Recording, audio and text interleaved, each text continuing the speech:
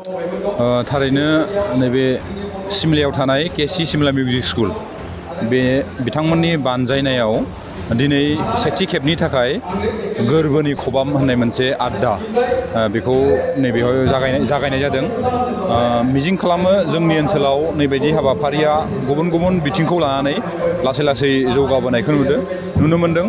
जेरै फुंखा थुनलाइयारि आड्डा बेफोरबायदिनो दिनैबो जोंनि ओनसोलनि सुबुंफोरखौ लानानै गावनि गोरबोनि जिखिनि बाथ्रा बे बाथ्राफोरखौ रायजोनि गेजेराव फोरमायनाय थामहिनबा माखासे मानि सोंनाय फिननाय बेयाव सोलिदो। मिजिं खालामो नैबायदि हाबाफारिफ्रा इयुनावबो जोंनि जिखिनि गोमालांनो हमनाय माखासे थासारिफोर बे लिरनाय महरावनो जा बे दोनथुमनाय महरावनो जा गोबां समनिफ्राय जोंनि जिखिनि सम्पदफोर बे सम्पदा लासै लासै गोमालांबाय दं। नैबे दिनै सिमला मिउजिक स्कुलनि जि बानजायनाय बे बानजायनायनि हेफाजाबजों जोंनि ओनसोलनि गोमालांनो हमनाय माखासे सुबुंफोर आरो माखासे माने जोंनि जारिमिनारि माखासे थासारिफोरखौ बेबायदि हाबाफारिनि गेजेरजों निस्सय जों बुहुमनि गेजेराव दिन्थिनो हागोन बेखौ आसा खालामो। आरो नैबे दिनैनि जिखिनि हाबाफारि बे हाबाफारियाव दिनैसो जिहेतु गिबि खेबनि थाखाय जादों बेयाव मा थानाय जागोन माबायदि खालामनाय जागोन बेखौ दासिमबो आं रोखा मिथिथ'वाखै। निस्सय गासैबो रोखा मिथिखांनायनि उनाव दिनै उनावसो आं बुंना होनो हागोन आरो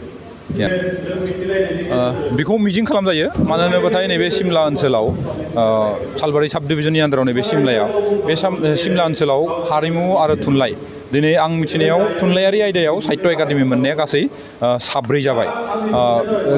गेलेनाय आयदायाव नेसनेल प्लेयार काबादि आरो भलिबल आरो हकि बिनिबो नेसनेल प्लेयार माखासे मानि दं।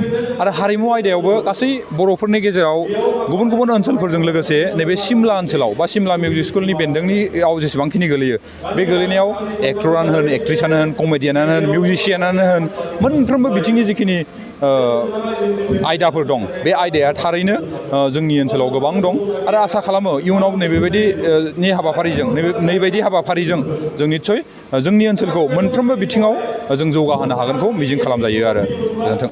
गोरबोनि खबामाव जोङो बे ओनसोलाव गोबां ससियेलनि खामानि मावनाय राजखान्थिनि खामानि मावलांनाय बा थुनलाइनि खामानि मावलांनाय हारिमुनि खामानि मावलांनाय सोरबा मोजां आबादारि बे मानसिया माने बे एरियायाव दङ बा गुबुन गुबुन जायगायावबो दङ।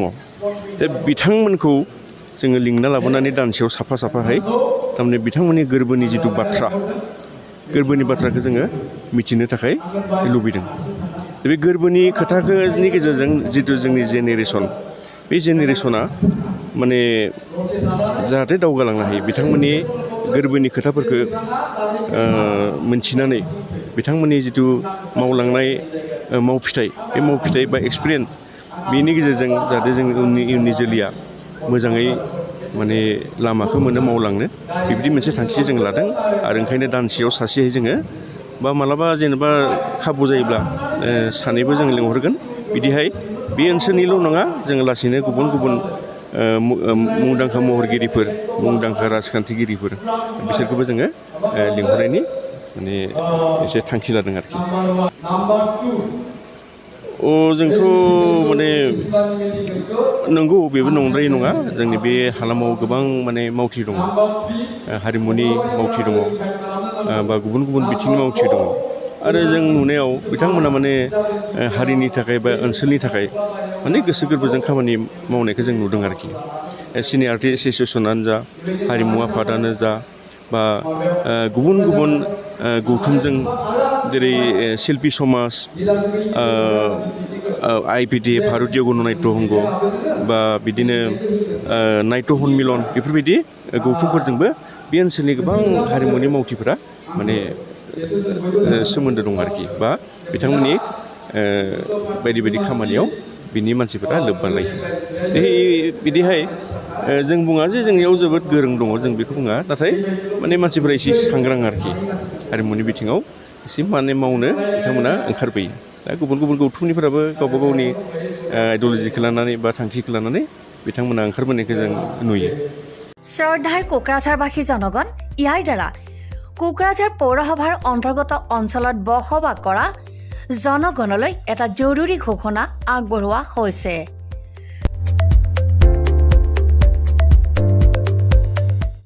কোকৰাঝাৰ পৌৰসভাৰ অধীনত প্ৰপাৰ্টি বা হোল্ডিং টেক্সৰ ছেল্ফ এছেছমেণ্ট আৰু ৰি এছেছমেণ্টৰ কাম পূৰ্ণ গতিত চলি আছে।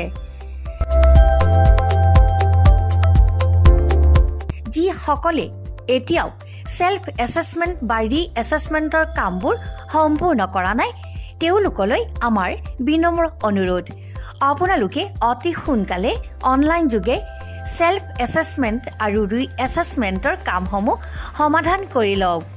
তাৰ বাবে আপোনালোকে অনলাইন যোগে প্লে ষ্ট'ৰলৈ গৈ আছাম প্ৰপাৰ্টি টেক্স এপছটো ডাউনলোড কৰি এই এপছৰ দ্বাৰাই আপোনালোকৰ আধৰুৱা কামবোৰ সম্পূৰ্ণ কৰি ল'ব পাৰিব। নতুবা play.google.com/store/apps/ৱেবছাইটৰ জৰিয়তেও আপোনালোকে আপোনালোকৰ কামসমূহ সমাধান কৰিব পাৰিব। যদিহে আপোনাৰ অনলাইন যোগে আধৰুৱা কামবোৰ কৰিবলৈ অসুবিধা পাইছে তেতিয়াহ'লে আপোনালোকে কোকৰাঝাৰ পৌৰসভাৰ কাৰ্যালয়লৈ গৈ ৱাৰ্ড কমিছনাৰৰ পৰা প্ৰয়োজনীয় আবেদন পত্ৰ অৰ্থাৎ ফৰ্মসমূহ সোনকালে সংগ্ৰহ কৰি লওক। বিতংকৈ জানিবলৈ কোকৰাঝাৰ পৌৰসভা কৰ্তৃপক্ষৰ সৈতেও যোগাযোগ কৰিব পাৰিব। ইতিমধ্যে আপোনালোকৰ সহায়ৰ বাবে মেগা কেম্প কাৰ্যসূচী অনুষ্ঠিত কৰি থকা হৈছে। ধন্যবাদ।